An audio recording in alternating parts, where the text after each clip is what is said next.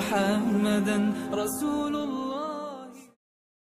نحمده ونصلي ونسلم على رسوله الكريم اما بعد فاعوذ بالله من الشيطان الرجيم بسم الله الرحمن الرحيم رب اشرح لي صدري ويسر لي امري واحلل عقدة من لساني يفقهوا قولي. السلام علیکم ورحمۃ اللہ وبرکاتہ. پچھلے پروگرام میں ہم نے مصارف زکوٰۃ جانے تھے. انشاءاللہ تعالیٰ آج ہم ان لوگوں کے بارے میں گفتگو کریں گے جن کو زکوٰۃ دینا جائز نہیں ہے. سب سے پہلے ذمی، یعنی ذمی کو زکوٰۃ دینا جائز ہے یا نہیں. ذمی وہ غیر مسلم ہوتے ہیں جو ٹیکس یا جزیہ دے کر کسی مسلم ملک میں رہ رہے ہوں. ذمی کو زکوٰۃ دینا جائز نہیں ہے. اس کی دلیل ابن عباس رضی اللہ تعالیٰ عنہ کی وہ حدیث ہے. حضرت ابن عباس رضی اللہ تعالیٰ عنہ سے مروی ہے کہ رسول اللہ صلی اللہ علیہ وآلہ وسلم نے حضرت معاذ رضی اللہ تعالیٰ عنہ کو یمن کا قاضی بنا کر بھیجا تو فرمایا کہ تم ایک اہل کتاب کی قوم کے پاس جا رہے ہو. ان کو کلمہ شہادت لا الہ الا اللہ و انی رسول اللہ کی دعوت دینا.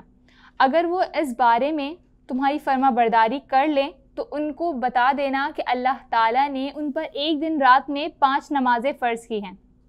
اور اگر وہ اس بارے میں بھی تمہاری اطاعت کر لیں تو ان کو خبر دے دینا کہ اللہ تعالیٰ نے ان پر زکوٰۃ فرض کی ہے جو ان کے مالداروں سے لی جائے گی اور انہی کے فقراء کو دی جائے گی. اور اگر وہ تمہاری اس میں بھی اطاعت کر لیں تو ان کے عمدہ مال سے بچنا اور مظلوم کی بد دعا سے ڈرنا، اس لیے کہ مظلوم کی بد دعا اور اللہ تعالیٰ کے درمیان کوئی پردہ نہیں ہے. مسلمانوں سے لے کر انہی کے فقراء میں تقسیم کر دی جائے. یعنی غیر مسلم کو زکوٰۃ دینا جائز نہیں ہے. اور زکوٰۃ کے علاوہ ذمی کو ہر صدقہ دینا جائز ہے، خواہ وہ صدقہ واجبہ ہو یا مستحبہ. یعنی صدقہ فطر یا کفارے کے صدقے انہیں دیے جا سکتے ہیں. زکوٰۃ کے مال میں سے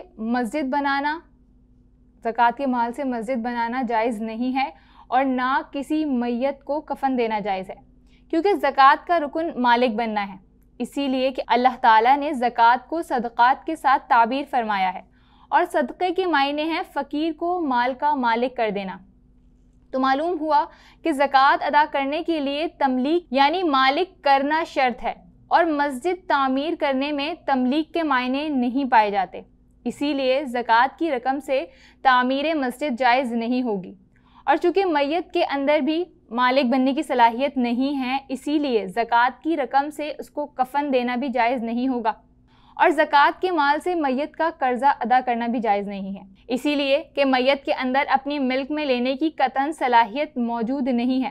پس جب اس صورت میں بھی تملیک کے معنی نہیں پائے گئے تو زکوٰۃ ادا نہیں ہوگی. لیکن اگر کسی زندہ آدمی نے کسی کو حکم دیا کہ میری طرف سے میرا قرضہ ادا کر دو تو اس نے زکوٰۃ کے مال سے قرضہ ادا کر دیا تو زکوٰۃ ادا ہو جائے گی.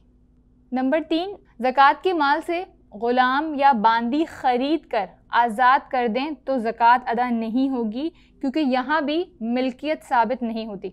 وہ کون سے رشتہ دار ہیں جن کو زکوٰۃ دینا جائز نہیں ہے؟ کسی بھی شخص کے اصول اور اس کے فروع کو زکوٰۃ دینا جائز نہیں ہے. یعنی زکوٰۃ دینے والا اپنے مال کی زکوٰۃ نہ اپنے باپ کو دے گا اور نہ ہی اپنے دادا کو، اور نہ اس سے اوپر کے کسی بھی اصول کو، یعنی کہ پردادا اور اس کے اوپر کے دادا. اسی طرح نہ ماں کو دے گا، نہ دادی کو دے گا، اور نہ ہی اپنی اولاد کو، نہ ہی اولاد کی اولاد کو، یعنی پوتا یا نواسہ وغیرہ. حاصل یہ ہوا کہ نہ اصل کو زکوٰۃ دے گا یعنی جن سے وہ خود پیدا ہوا ہے، اور نہ فروع کو زکوٰۃ دے گا جو اس سے پیدا ہوئے ہیں. دلیل یہ ہے کہ منافع ان لوگوں کے درمیان متصل ہوتے ہیں اور مشترک ہوتے ہیں، لہٰذا ان کو زکوٰۃ دینے کی صورت میں تملیک پورے طور پر متحقق نہیں ہوگی، حالانکہ تملیک زکوٰۃ کا رکن ہے.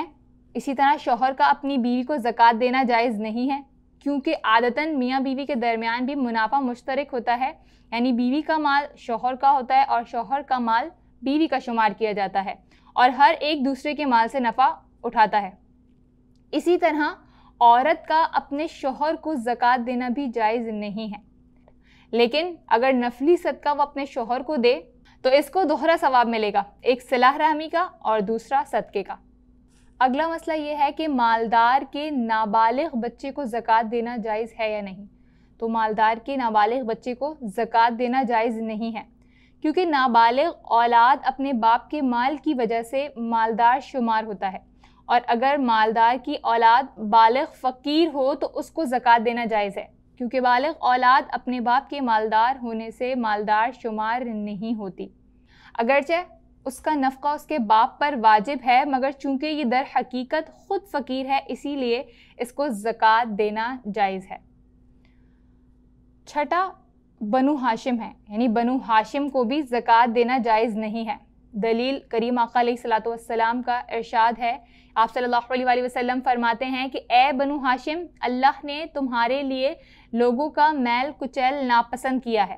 اور ان کے عوض تم کو خمس کا خمس عطا فرمایا ہے، یعنی مالی غنیمت کے 5 حصوں میں سے 4 تو غازیوں کو تقسیم کر دیے جاتے ہیں،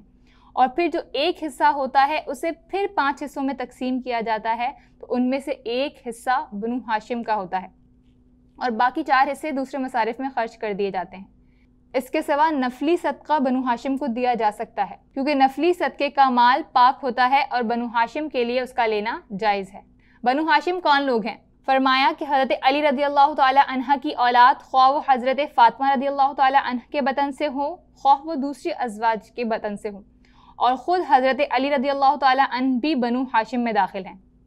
اور حضرت عباس رضی اللہ تعالی عنہ کی اولاد اور حضرت عباس،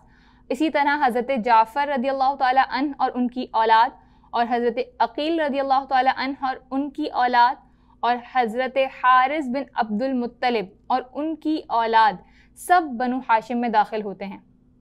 یہ تمام حضرات اور ان کی اولاد بنو ہاشم اس لیے ہیں کہ یہ سب حضور صلی اللہ علیہ وآلہ وسلم کے جد اعلیٰ ہاشم بن عبد مناف کی طرف منسوب ہیں۔ یہ بات ملحوظ رہے کہ ابو لہب جو کہ کریم آقا علیہ السلام کا چچا ہے اور ہاشم بن عبد مناف کی اولاد میں سے بھی ہے، اگر اس کی اولاد میں کوئی مسلمان ہو تو اس کے لیے صدقہ حلال ہے، کیونکہ بنو ہاشم کے لیے صدقہ ان کے اکرام کے پیش نظر حرام کیا گیا ہے، اور یہ اکرام اولاً تو آبا کے لیے ثابت ہے، پھر انہی کے توسط سے ان کی اولاد کے لیے بھی ثابت ہے، اور بنو ہاشم کا اکرام اس لیے ضروری کیا گیا ہے کہ انہوں نے جاہلیت اور اسلام کے زمانے میں رسول اللہ صلی اللہ علیہ وآلہ وسلم کی نصرت اور مدد کی ہے، جبکہ ابو لہب نے نبی کریم صلی اللہ علیہ وآلہ وسلم کو اذیت ناک تکلیفیں پہنچائی ہیں، اسی لیے نہ وہ اکرام کا مستحق ہے نہ ہی اس کی اولاد اکرام کی مستحق ہے، اگرچہ اس کی اولاد مسلمان ہی کیوں نہ ہو، اس وجہ سے اس کی مسلمان اولاد کے لیے صدقہ حلال ہے۔ اگلا مسئلہ یہ ہے کہ اگر کسی شخص نے کسی کو زکوٰۃ کا مصرف سمجھ کر زکوٰۃ دے دی